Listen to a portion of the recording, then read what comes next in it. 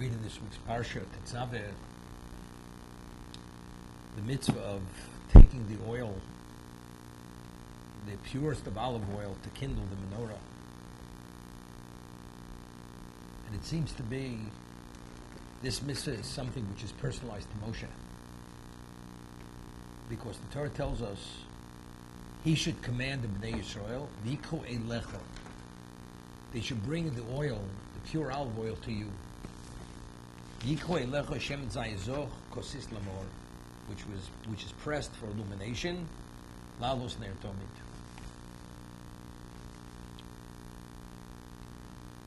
There's a famous word from Rameh Simple Vince. He asks a question: why is man given free choice?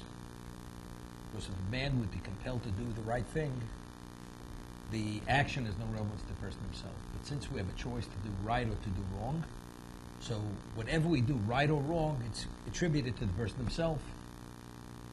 So if a person is a Maimon, believes in God, the person has the choice to become a heretic. That's always within his ability. So if you maintain the course and always remain a Maimon, especially if you advance yourself, it's all attributed to yourself, because you could have chosen, chas v'sholom, God forbid, to become a heretic.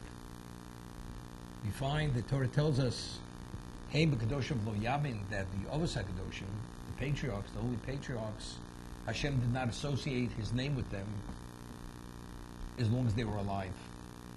You say the Avos HaKadoshim, the holy patriarchs, which they were the Merkava, they were the location of the Shekhinah, but nevertheless, even the holiest, God has no faith, because God forbid, the last moment, the person has the ability to change.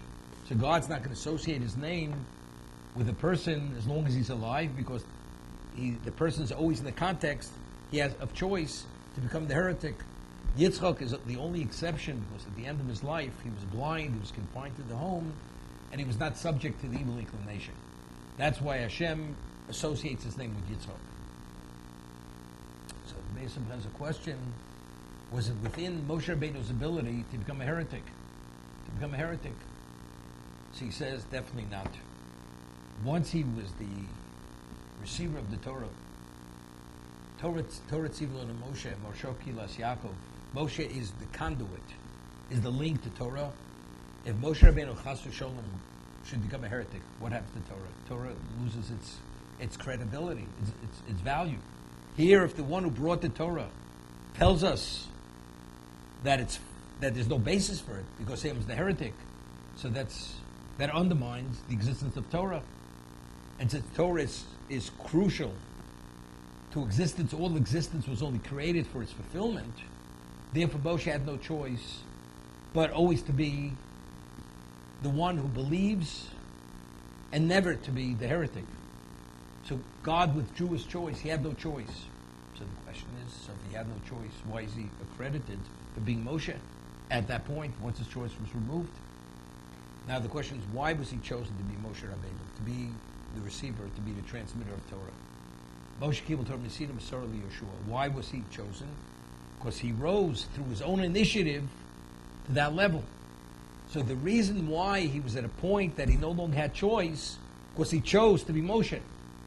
So therefore the situation of not having choice was due to his choice of being Moshe. Therefore, he's fully accredited even in the context where he has no choice.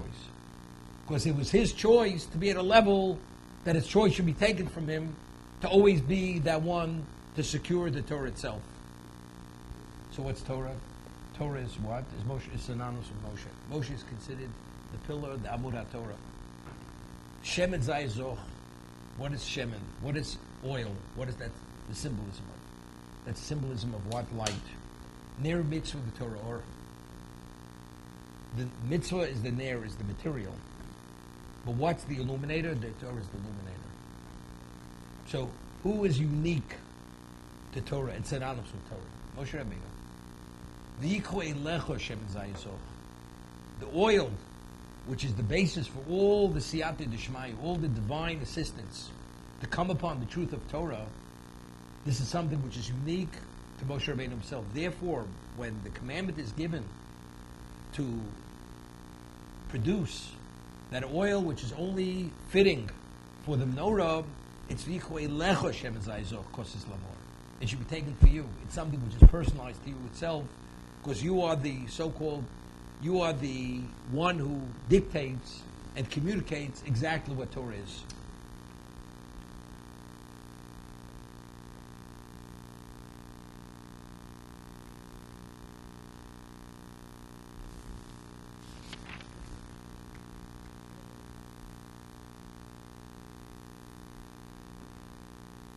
We have mentioned many times that the menorah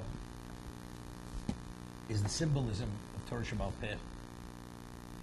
The Aron, which contained the luchos, the tablets, the shivei luchos, the broken tablets, and the Torah itself, that's Torah Sheba'al, that's the written law.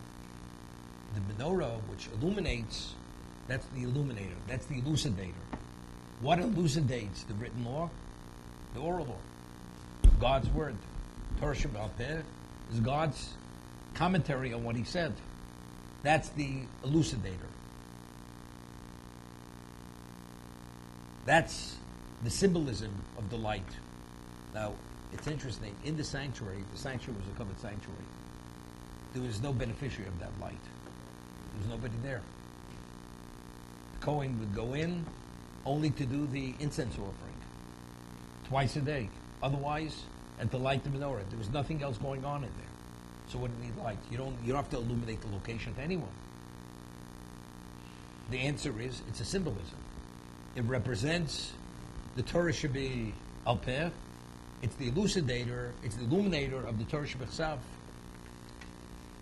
We had mentioned many times, the Gemara tells us, Misha Rotz Lahachkim Yadrim. If you want to become wiser, when you say the Amidah, the Shemon Esrei, you should say it in a southerly direction, because the menorah was in the southern wall of the covered sanctuary. If you want to become wealthy, it says Yatzpin. Hashir Yatzpin, you should say in northerly direction. Because the Shulchan, the golden table with the showbread, was on the northern wall.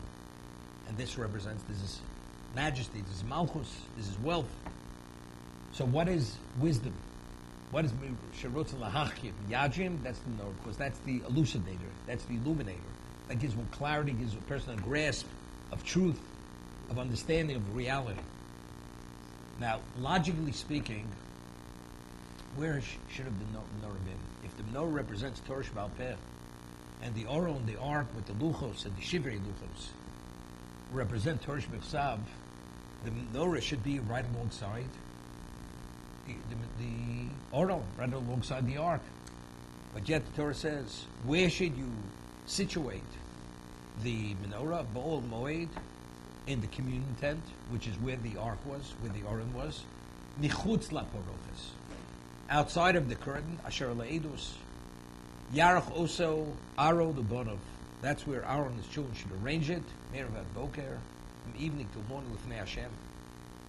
Chukas Olam, the Dorosim, is this eternal statute for all generations, Meis B'nei Yisrael, from the Jewish people.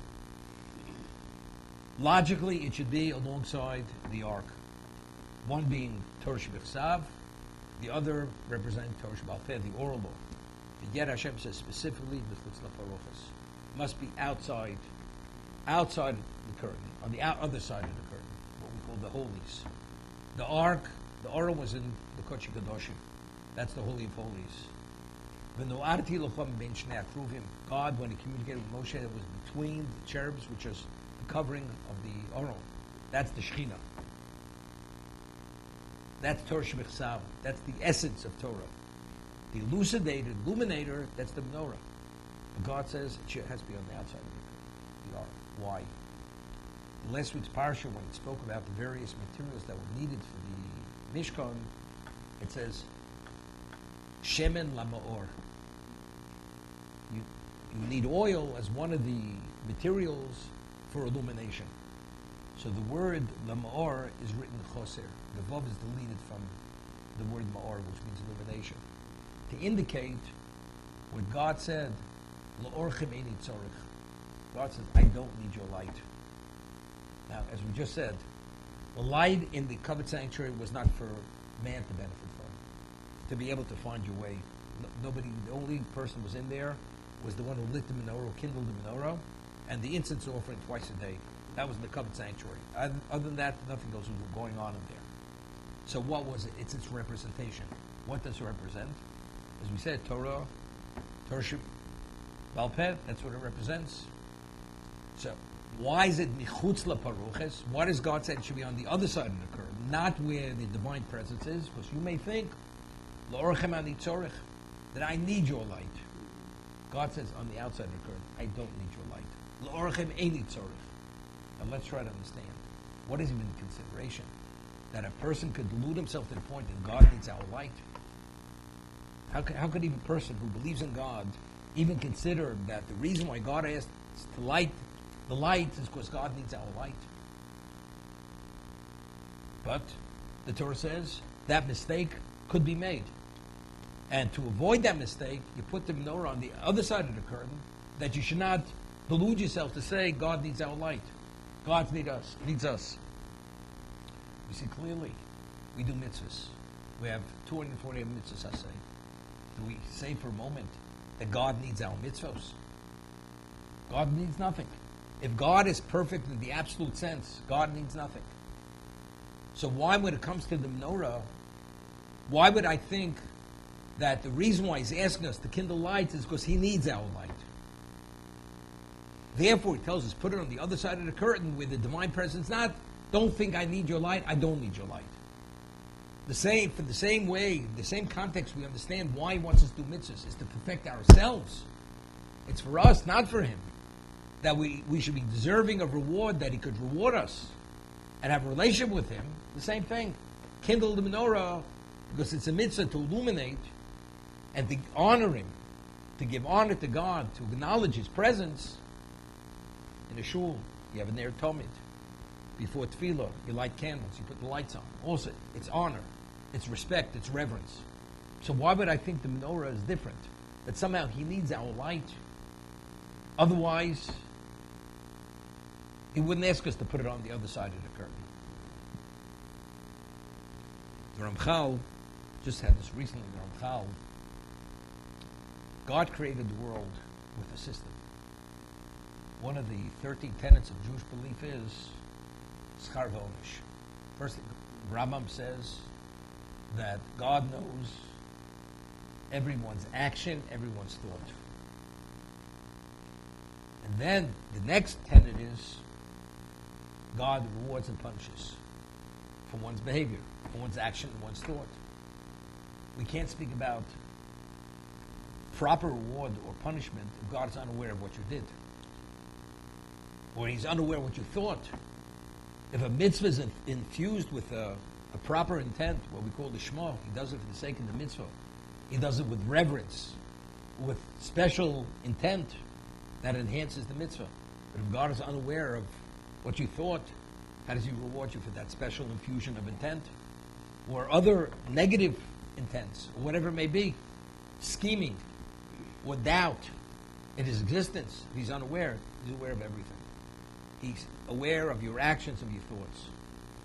Next tenet is reward and punishment. Based on your performance, positive, negative, that's the way you'll be rewarded, that's the way you'll be punished. That's the way it is. And the world is bound to the action of the Jew. If the Jew succeeds in his life, and he lives a life as prescribed by the Torah, then the world rises, and the world is infused and energized, and God has a closer relationship. And God illuminates the world with his countenance.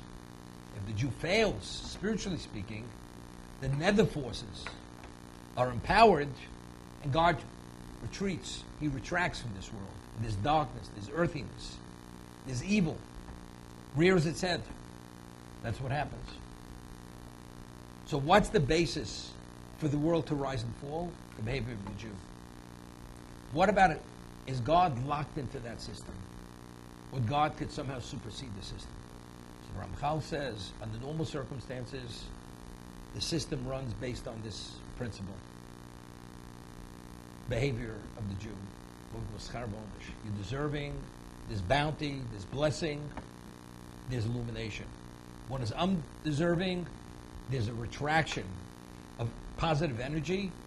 God retracts, and therefore the void, the vacuum creates suffering, and everything within that context. What about if God, for his own reason, he chooses to override the system? That's called koach hashlita. That's his dominance. That's his power. God is bound by nothing. But you said, but there's a system. God is answerable to no one. God is sur tomin polo. His actions are perfect. He understands what he has to do, whether you understand or don't understand. The times, the system has to be over him. And therefore, what he chooses, for whatever reason, that's his power. That's his power of mastership, of dominance. But under normal circumstances, saying, no, he's locked into the system. Person goes into a room and he locks the lock. Although he may have built the lock and he throws away the key. He's stuck, he's locked into that room. He can't find himself out of that paper bag, as he say. Can't release himself. He's locked in. Maybe once God created the system, he's locked into the system. God is not locked into any system. God wills every system, so whenever he chooses to alter the system, with his intent, he alters the system. If the objective of existence was the Torah, if not for my common being in effect continuously, which is the Torah, the world wouldn't exist. So what is the ultimate infusion of spiritual energy into existence? That's the Torah. The Torah, but if there is so therefore you would say, some say God doesn't need mitzvahs. Mitzvahs is for us. It's for us. But you would say that if we would put the menorah, which is the illuminator of Torah Shebachsav, if you have Torah, the person says, I believe in the written law. I have my own interpretation. It's open for interpretation. The written law has no value. This was the Sadducees. The Sadducees interpret the Torah based on their own understanding. Don't put a stumbling block before a blind man. It meant literally, put a stumbling block, person is blind, don't trip him. You're not permitted to kindle light in your communities. They would sit in the dark during this 25-hour period. Shabbos, they would not cook, eat hot food. Anything had to do with fire, they refrained from that. But that's not what the Torah is saying. But how do you know that? Because we have Torah Shabbat Peh, because God gave his commentary on it. What did he mean when he said that? And he told us what he meant. They rejected it. That's Torah Shabbat Peh. So therefore, what gives meaning and value to the written law? Only the oral law. Without it, it has no value. So we'd say the reason why we put the menorah alongside the logical location should be alongside the oral. That's where it should be, because that's the illuminator, that's the elucidator of the Torah. But what could we think if we put it in the location of the divine presence of the Shekhinah? La'orachem ani tzorach. You think I need your light. I mean, I'm bound to your behavior. Meaning the world rises and falls, and I can't in any way change it. La'orachem ani tzorach. I don't need your light. If I choose, the world should function without the energy of the Torah. The world will function, the world would succeed, and the world goes forward. It's unrelated to that. We find David HaMelech had said 26 Hodel Hashem Kitov Kilom Chasto.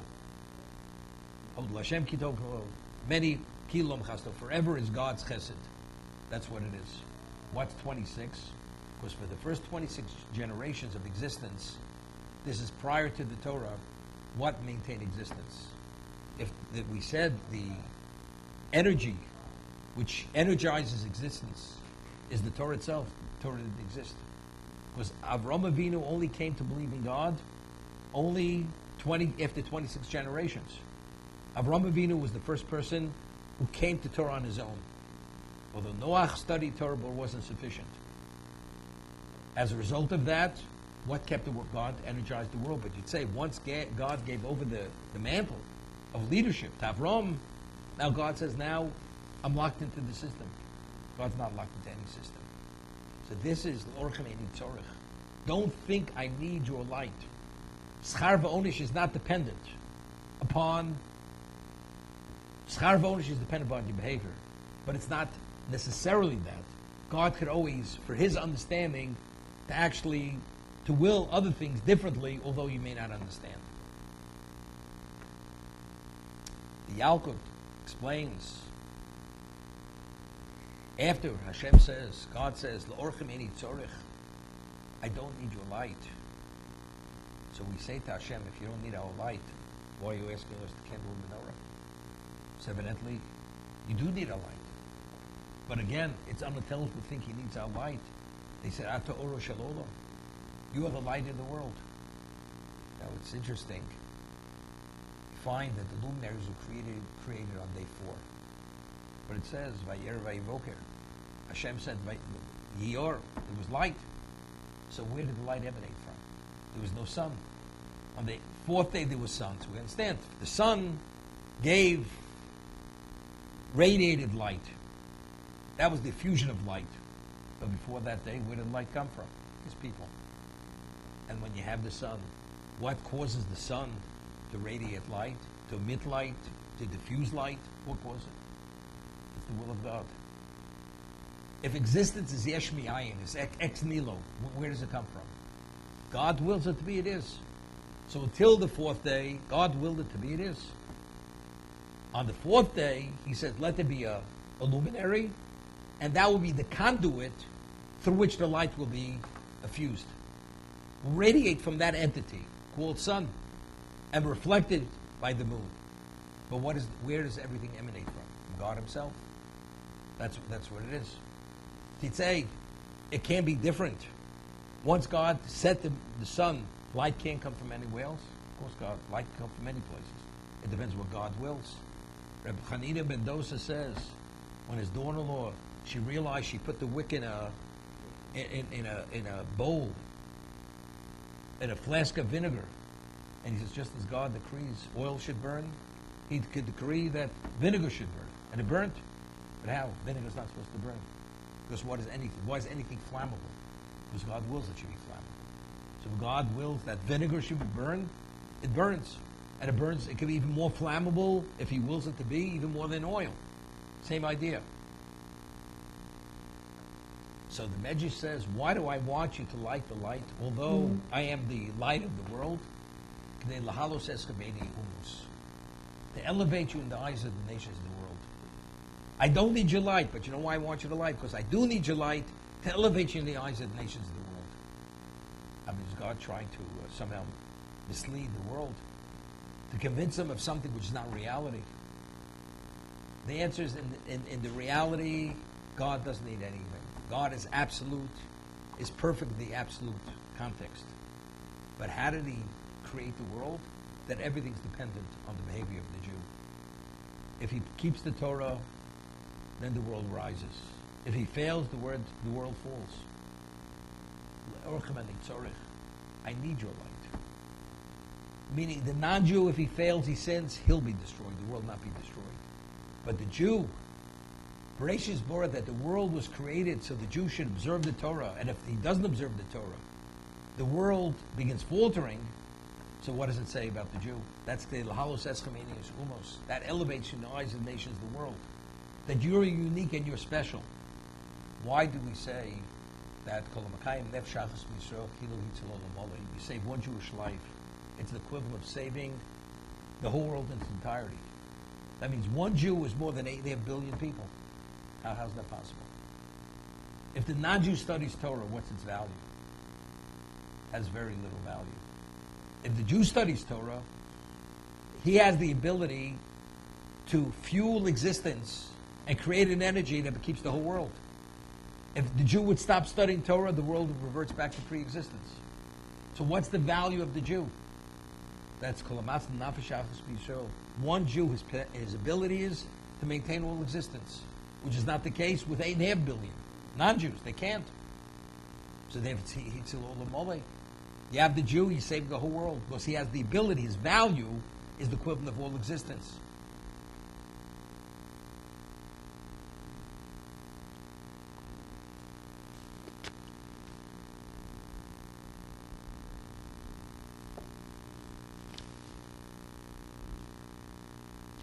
Find it's a famous question. The Torah speaks about it. Throughout all these portions, the name of Moshe is always mentioned. Throughout the Torah, Moshe's name is mentioned. From the time that he's born in the parsha of Tetzaveh, he's not mentioned. Why isn't he mentioned? Now, if we would choose who should be the Kohen or the Kohen Gadol, say Moshe is, you couldn't find a better person qualified than Moshe. He prophesies in the wake state, Nemon B'chol Beisi, he's the most faithful in my household. It's Moshe Rabbeinu, this God depicting and quantifying Moshe. Onav Mikol Odom, most humble person ever walked the face of the earth. He is the best candidate to be the Kohen Gadol, and his children to be the Kohanim, the priests, the officiants. Yet we find Aaron and Bonov, Aaron and his sons, they are the Kohanim. Why was he passed over? He was disenfranchised. So Chazal tell us at the time of the burning bush, when he had the dialogue when God told him to go speak on behalf of himself, he should be the agent, to be the redeemer, so on and so forth. He was too obstinate. And because of that over-obstinance, that was considered disrespect. And therefore, God says, initially you were meant to be the Kohen, but because you failed by being obstinate, which was considered disrespect, Aaron Ochicha HaLevi. Aaron, who was initially a Levi, is no longer a Levi. He will be the Kohen. And you, who were meant to be the Kohen, will not be the Kohen. So now, in this parsha portion we speak about, Aaron, Moshe was told to make priestly vestments for Aaron and his sons, and to install them. It's not so simple. Something that could have been yours for all eternity. You could have been the closest, and your family, because you made a mistake, and it was for the sake of humility.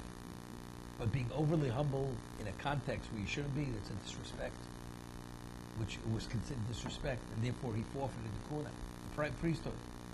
So the words of Alatum, because it's agmas nefesh, it was pain to his soul to talk about Aaron assuming what he could have had, and Aaron's children becoming what his children could have been.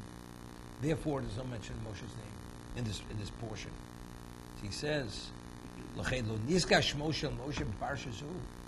Moshe's name is not mentioned in this portion in the Agmas Nefesh. Because of Tetzaveh b'Menorah, Chen Tetzaveh b'Yisrael. Yeah.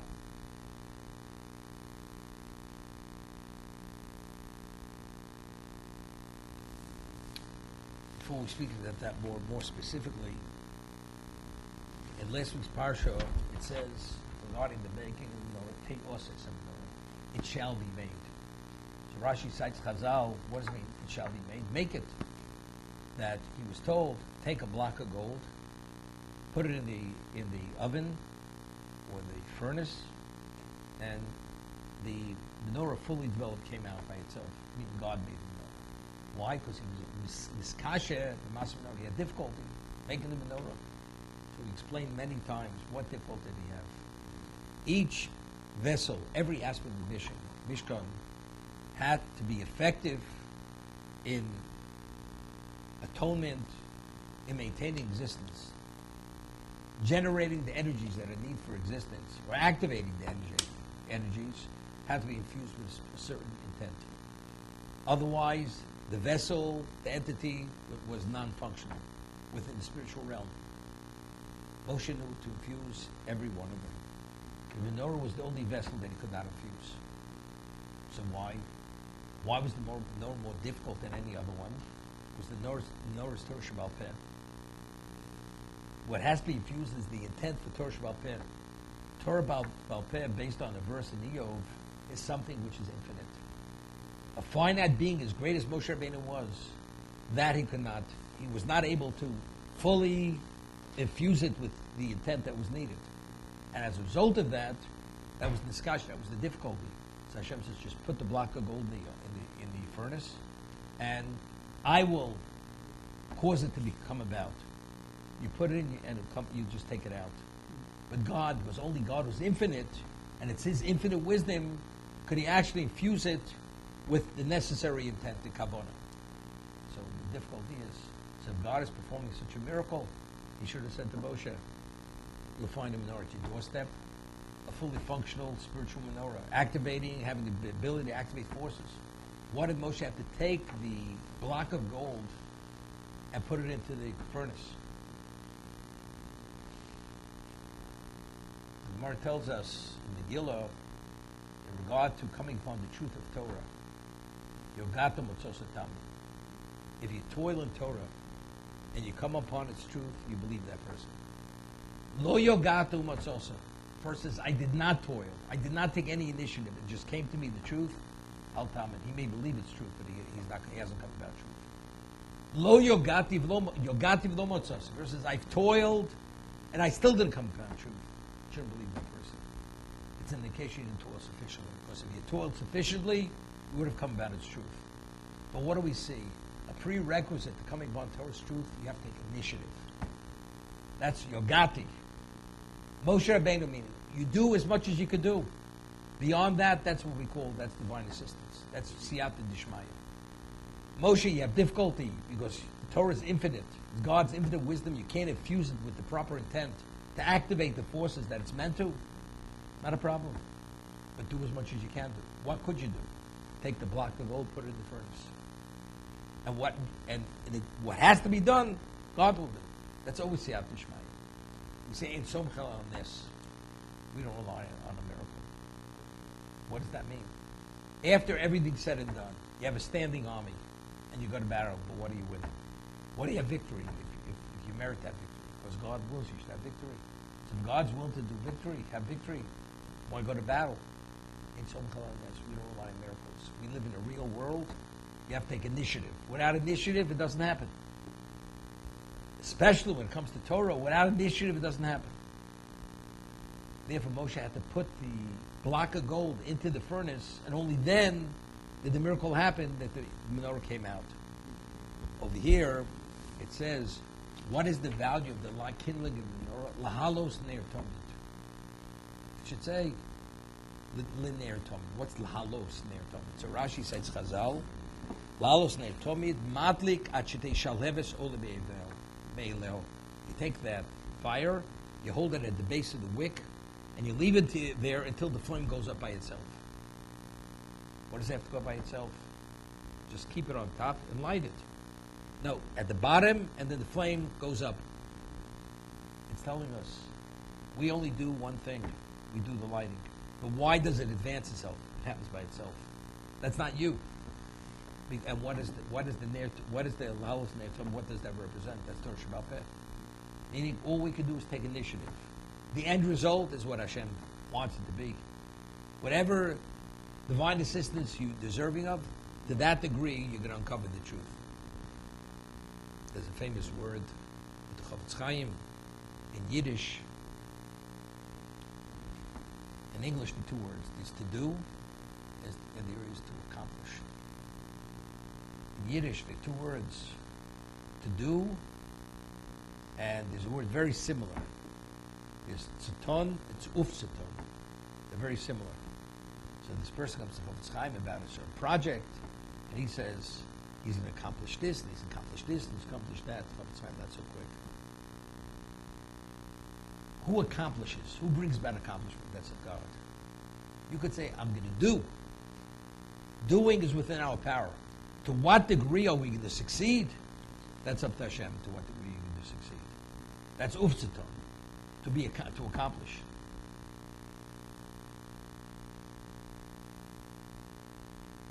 Torah itself, to come upon its truth, we can only take initiative. We can do. The end result, that you have to be meritorious. That's what we call siyata dishmaya. And the many things which support this and enable that, we speak about humility, is a key element to merit siyata dishmaya, divine assistance, the Torah itself. And that's why the Torah is compared to water, or other beverages, other liquids, which display this aspect of humility.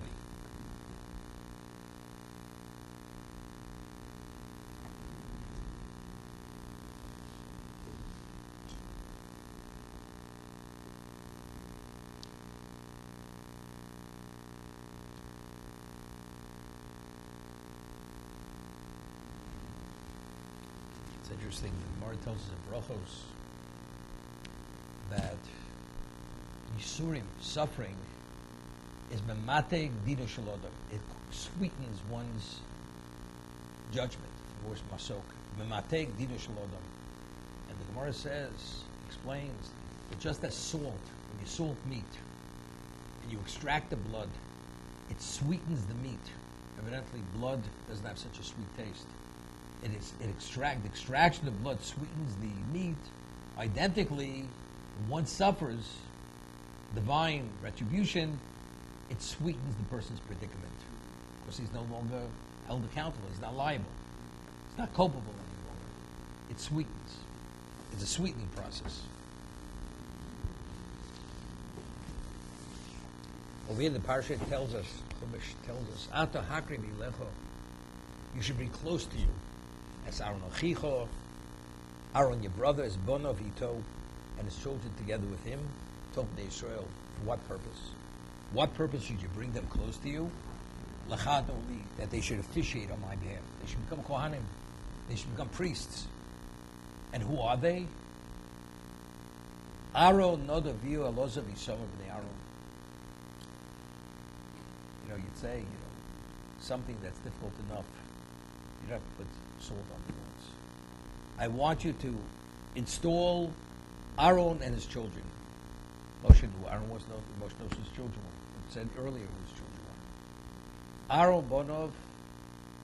Then it says, who do I want you to install? Aaron, Nodav, Avihu, Elos Samar, again Bnei Aaron. Remember these people of Bnei Aaron. Now, Aaron merited the priesthood. Why are his children Kohanim? Not because they were worthy in their own right. Because they were Bnei Aaron. As we discussed, that's why they were Ito. It's together with him. They're only an adjunct to him. They're not independent of him. And therefore concludes, Elozi some of Bnei Aaron. They're the sons of Aaron. So over here,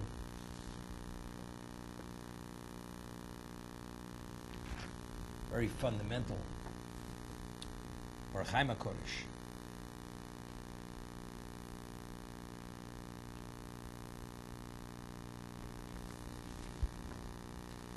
He explains, Tabal Ravata, and you must install them. You must bring them close, to designate them as Kohanim. Gam Omar Loshen HaKarova, bring them close. Eilecha, to you. So he cites a Zohar.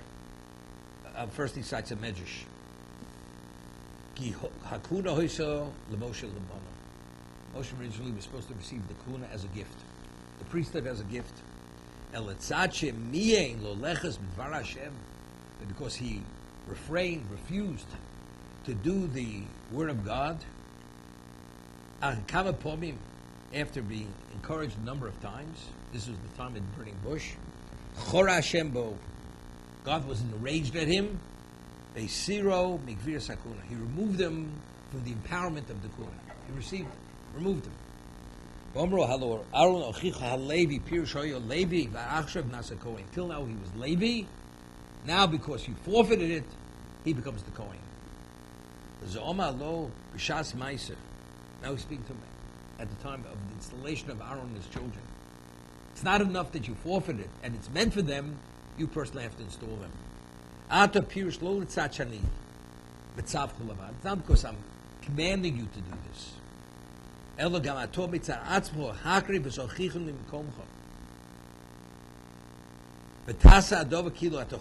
You should act and behave as if you really want this.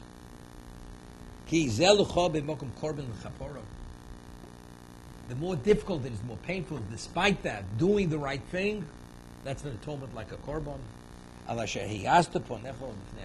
acted with insolence. By acting stubborn, by not wanting, that's considered insolence. You're going to be the ultimate beneficiary of this. Korban Godin say, to give up your covet. There's no greater korban than giving up your covet. Okay?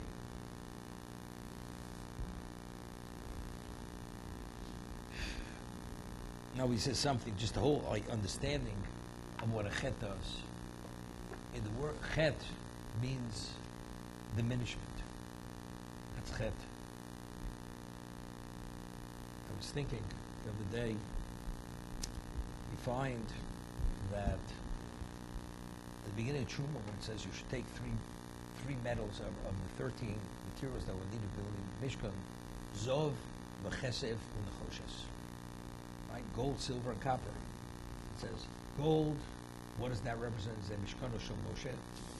It was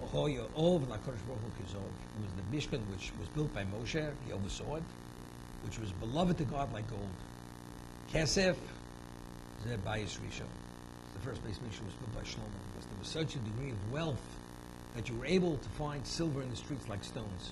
That was the dimension of wealth. And what's the Choshes? The Chushta means something which is lacking. It says the Bayis Sheni, five things were lacking in Bayis Sheni.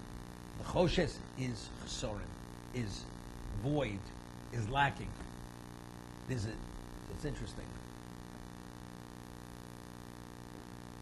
Chet also means lacking, diminishment, spiritual diminishment. That's a chet, a sin. That's what it is. Which altar was the Thoman altar? It was called Mizbach HaOlah. Right? The Mizbach HaOlah was the altar in the courtyard. That's where they brought all the sacrifices. There was no sacrifice brought on the golden altar. The golden altar was called the incense or altar. The Ketores, Mizbach HaKetores. The outer one was called Mizbach HaOlah, the altar of the burnt offering, or atonement offering. What was made? It was made of nechoshes, copper. What does copper represent? Nechoshes means it's deficient. It's a deficient spirituality. The chushta means it's from the bottom, from the very bottom. It's from the dregs. So what was it made of? It was made of nechoshes. What is nechoshes? That's the mizbech to bring kabaros for sin. The ketores has nothing to do with sin. It's serving the king. You burn incense before the king. Each person has to bring the korban, slaughter it, and he sacrifices on the outer mizbeach. So it's called mizbeach and nechoshes because again, it's lacking. There's diminishment.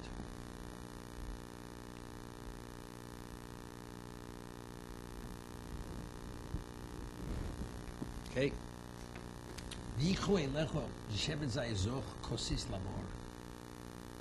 So over here, the Racham HaKodesh cites a Zohar. Hidal the Goli Shel Yisrael. Kol echvim nigalu b'meru b'schus echod.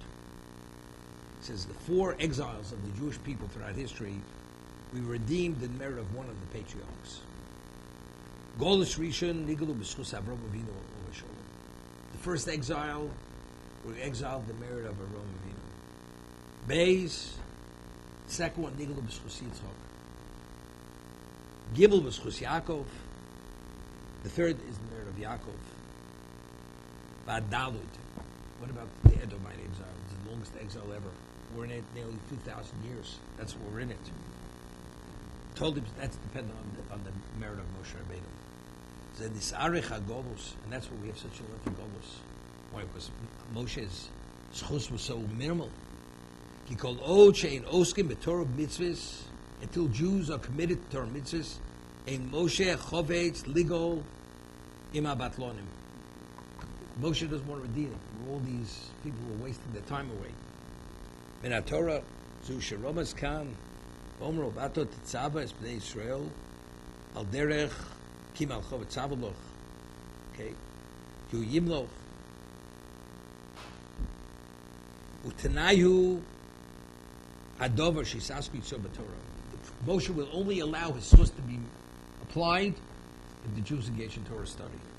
Zehu Omer of Yichro Eilecha Shem Zayzoch Yirmos El HaTorah Shnipshel L'Shemen. The Torah is equated as shemen, as olive oil.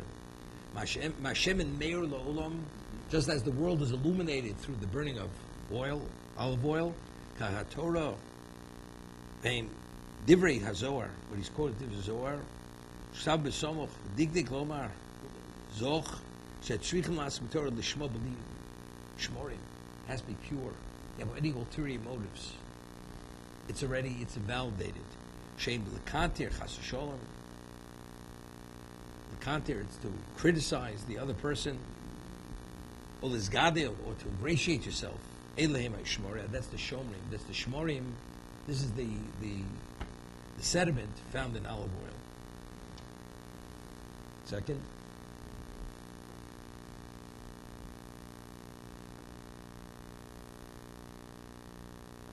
V'omar ot kosis. Pirush tzrichen lasuk b'torah l'chasis kufa. You have to act sacrifice. Al derech omra uzos haTorah odem ki omus bo, where the person is willing to die for Torah. Far nemar inyan zer b'chafotze b'inyan. I mean, okay.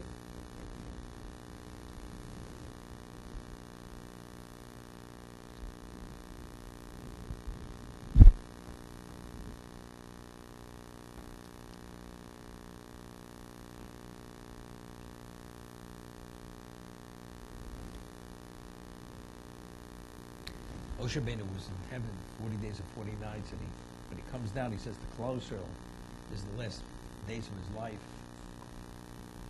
Lechem lo chalti mayim lo shosisi, for 40 days and 40 nights. Bread I did not eat, water I did not drink. So obviously difficult. And if he did eat bread and he did drink water, then what difference does it make to us? He says, I want to tell you how I received the Torah. So he says, the Midrash says, Kishem shemosarti domi v'chel b'yoleo. As I fasted for 40 days, although God sustained him, but factually, physically, he had a physical diminishment. Just as I gave my flesh and my blood, my fat and my blood for the sake of Torah, when you study Torah, it has to be in a simple vein. You have to be willing to sacrifice. That's what must. That's kosis lamor. Moshe Rabbeinu would only allow, just as he acquired Torah, it was only through the toil and the suffering of his own physicality, identically, for you to use my merit to redeem you from this exile, you have to at least show some degree of sacrifice, and if then you can use my merit. But since we haven't displayed that yet, Moshe will not allow his merit to be used. So it's interesting. You know, a parent is a parent. Errant child, not errant child. Push comes to shove. The child, parent, is going to come through and he'll convince himself it'll be good, maybe. But if you're not a parent, so Avram Yitzchak Yaakov, it says the first 3 exiles, it was their merit. Even though we weren't in good spiritual shape during these times, so it didn't make a difference. A grandchild's a grandchild. That's what we say, blood is thicker than water. Moshe Rabbeinu was like an outsider. He was a stranger. He was a Levi. Still, it's not my child, it's my grandchild. And therefore, the level of dedication is not the same for that reason.